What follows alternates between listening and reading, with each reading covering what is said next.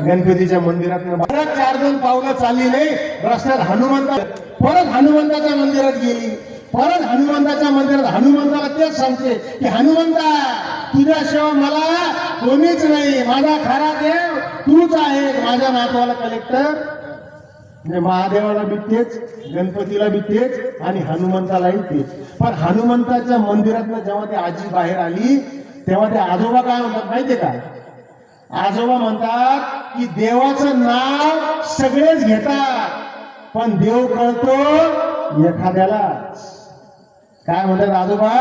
की देवाचं नाव सगळे घेतात परंतु देव कळतो एखाद्यालाच. मग त्यावेळेला ती आजी त्यांना म्हणते असं काय म्हणता हो तुम्ही?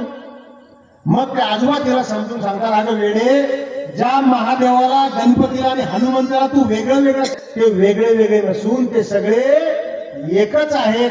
हा तुझा भ्रम आहे की तू त्यांना वेगळं. आज आपल्याला मनाला विचारायची वेळ आलेली आहे की आम्ही जी भक्ती करतोय ती भक्ती त्या आजी सारखी आहे का? आणि आजी सारखी आपली भक्ती असेल तर आपण सुद्धा देवाचं नाव घेतोय पण देव आपल्याला कळालेला नाही. आणि तो जर देव कळून घ्यायचा असेल तर आम्हाला सद्गुरूला शरण गेल्याशिवाय जमणार नाही. म्हणून हा जो सत्संग आहे, गाडेकर परिवाराचा प्रयत्न आहे, ही आमची तरुण मंडळी या ठिकाणी सेवादलाची पोहोचली, अनेक संत महात्मा या ठिकाणी पोहोचले. या सगळ्यांनी तुमच्यापर्यंत पोहोचण्याचा प्रयत्न का केलाय की आम्हाला जो देव सद्गुरूच्या कृपेने, सद्गुरूच्या आशीर्वादाने कळाला तो तुम्हाला कळावा, हाच त्याचा उद्देश आहे. कारण परिस्थिती फार वाईट आहे, परिस्थिती फार वाईट आहे. छोटस उदाहरण रविवारी पण मी दिलं होतं की एका मंदिराबाहेर एक छोटासा मुलगा हातामध्ये टोपली घेऊन फुलं विकत होता. काय करत होता? फुलं विकत होता. उन्हाळ्याचे दिवस होते, सगळे लोक त्याच्याकडनं फुलं विकत घेते कारण सगळेजण देवाच्या दर्शनासाठी चालले होते, सगळेजण देवाच्या दर्शनासाठी चालले होते, त्याच्याकडनं फुलं विकत घेत होते. परंतु तो मुलगा उन्हामध्ये उभा आहे, त्याच्या पायाला चटके लागतायत. तो चटका लागला की एक पाय वर करायचा, एका पायावर उभा राहायचा, मग तो गार झाला की परत तो पाय खाली ठेवायचा, दुसरा पाय वर करायचा. असं करत करत तो त्या ठिकाणी फुलं विकत होता. देवळात जाणारे सगळे भाविक भक्त त्याच्याकडनं फुलं घेत होते, फुलाचा भाव करत होते, भाव कमी जास्त करत होते. परंतु त्याच्या पायाच्या वेदनेकडे, त्याला पायाला लागणाऱ्या उन्हाकडे कुणीही लक्ष त्या ठिकाणी दिलं नाही.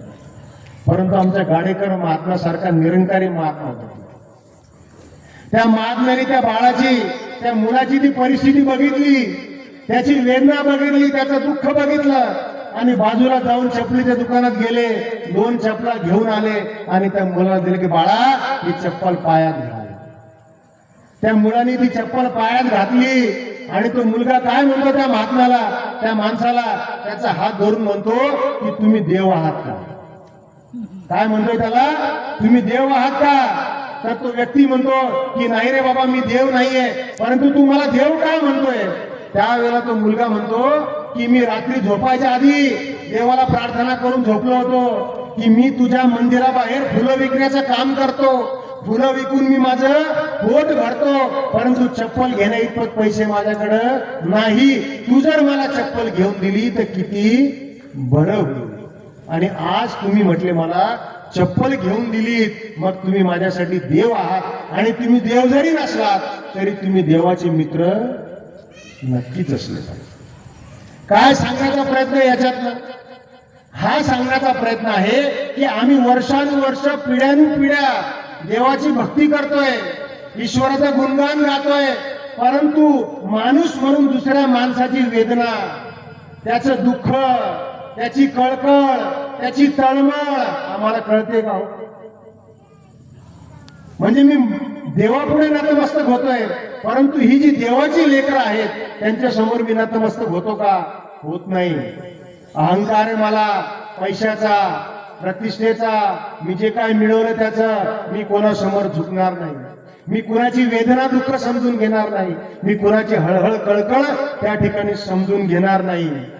म्हणजे मी माणूस म्हणून जन्माला आलोय, परंतु कुठल्याही प्रकारचा माणुसकीचा गुण आज माझ्यामध्ये नाही. आणि नेमकं 100 वर्षापासून निरंकारी मिशन या सत्संगाच्या माध्यमातून एकच प्रयत्न या ठिकाणी करते, आणि तो प्रयत्न काय आहे तर माणसाला माणूस बनवण्याचं काम या ठिकाणी निरंकारी मिशन करते. म्हणून मी आधी सांगितलं की आम्ही कुणाची जात बदलली नाही, कुणाचा धर्म बदलला नाही, कुणाचे पंथ संप्रदाय बदलले नाही. फक्त एकच विनंती या ठिकाणी समस्त मानव जातीला केली की तुम्हाला जर खऱ्या अर्थाने परमेश्वराची भक्ती करायची असेल तर तुम्हाला सगळ्यात आधी माणूस व्हावं लागेल, मानवता स्वीकारावी लागेल, माणुसकी धर्माचं पालन करावं लागेल, आणि माणूस माणसाचं दुःख समजून घ्यावं लागेल. त्याच्या अडीअडचणीमध्ये दुःखामध्ये तुम्हाला सहभागी व्हावं लागेल, प्रेम द्यावं लागेल. आणि हाच नेमका प्रयत्न आज या सत्संगाच्या माध्यमातून